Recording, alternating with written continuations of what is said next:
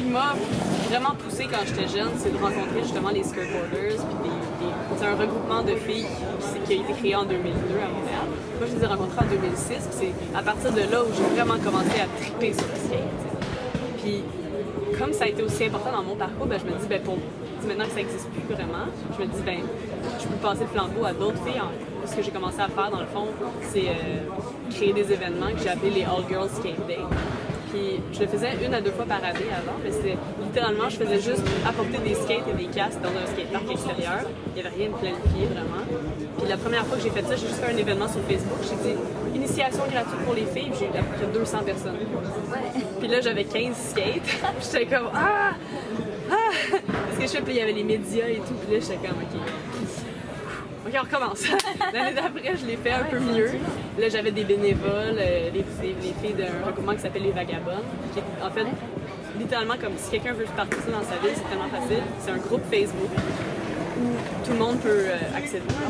Puis ils font des t-shirts et tout, mais dans le fond, c'est littéralement juste un groupe, c'est une plateforme où les gens peuvent dire aujourd'hui je m'en vais skater tel skatepark, est-ce qu'il y a des filles qui veulent venir skater, puis là ça fait des petites sessions, des petits regroupements, puis ça permet aux filles qui sont peut-être pas, qui veulent pas nécessairement aller dans un skatepark toutes seules, au moins si vous êtes 2-3, c'est moins gênant. Ça a juste commencé comme ça, c'était juste comme une plateforme pour permettre aux filles d'échanger puis de se rassembler, sans nécessairement qu'il y ait vraiment de l'organisation, c'était très organisé.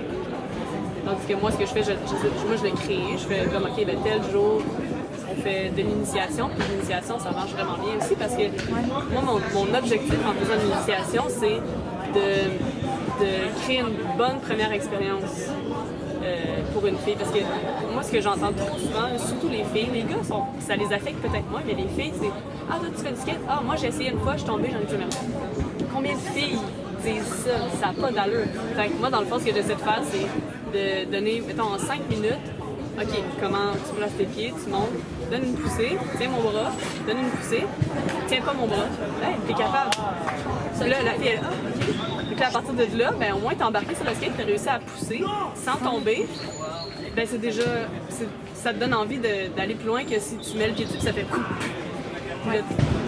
fait que pour moi, la première expérience positive, c'est super important. Puis d'abord, les All Girls Skate Date, c'est pratiquement ça. C'est en 5 minutes, on va te montrer à pousser, comment garder ton équilibre sur un skate. Puis là, après ça, c'est à toi de voir si tu as envie de pousser ça plus loin. Mais juste d'avoir la bonne base en 5-10 minutes, n'importe qui peut apprendre à au moins avoir un peu de fun sur un skate. Parce que quand tu tombes, quand tu essaies quelque chose pour la première fois puis que tu tombes, pour une personne qui n'est pas habituée de tomber, c'est comme la fin du monde. Tu sais, en skate, nous, on tombe 100 fois par jour, puis c'est normal, puis on apprend à tomber, puis on se fait plus mal et tout. Mais pour quelqu'un qui tombe jamais, tu sais, un humain normal va tomber une fois par 3-4 mois, tu sais, tomber par terre. Nous, on tombe 100 fois dans une journée. Fait qu'on est comme des super humains, mais faut que ça s'apprend, ça, tu sais, apprendre à tomber et tout. Puis, je pense que c'est important que la première fois que tu en fasses, tu tombes pas. Tu tombes pas tout de suite. Je pense que je pense que pour quelqu'un ait du fun dans le skate, c'est ça que je voulais dire aussi, c'est que c'est un peu comme du vélo. Si tu achètes un vélo à un enfant, tu lui dis tiens, je vais t'amuser dans le vélo, il va se faire mal. Comme, il va essayer, il va tomber sur le côté, il va s'érafler, il va se faire mal. Un conseil pour quelqu'un qui commence, ce serait de, au moins, pas nécessairement prendre un cours, mais juste avoir un ami qui sait comment faire. T'sais, en 1 heure, il y a au moins 5-6 trucs de base que tu peux apprendre qui sont hyper utiles, qui sont en fait pas juste utiles, qui sont fondamentales au skate. Il y a 3 fois plus de filles qui veulent commencer à faire du skate que des gars. En ce moment. Moi, je trouve ça comme. C'est que là, je la trouve super comme. Ça me parle beaucoup parce que c'est vrai, j'entends tellement plus de filles qui sont là. Tu sais, j'aurais aimé ça commencer quand j'étais jeune, mais j'étais pas game. Tu sais, au secondaire, j'ai commencé, puis là, finalement, j'ai arrêté parce que je me suis fait mal. Tu sais, toutes des histoires comme ça. Puis les gars, je veux dire, les gars, s'ils ont envie d'en faire, ils vont en faire. T'sais, ceux qui ont envie d'en faire, ils en font. Fait qu'ils n'ont pas comme l'espèce de pression sociale de devenir une femme. Il y a plus de gens qui viennent pour des initiations gratuites que pour skater vraiment. Mais la plupart des gens qui font des initiations gratuites, de la manière que moi je le fais, de la manière où genre, tu sais, comme de l'expliquer puis de prendre la personne puis en 5 minutes je l'explique. À partir du moment où la personne est capable de pousser, monter dans un module puis descendre, c'est juste ça. Après ça, là, honnêtement, tu montes ça à un enfant, il fait ça pendant 3 heures, là. Ouais. Il capote. Il adore ça, là.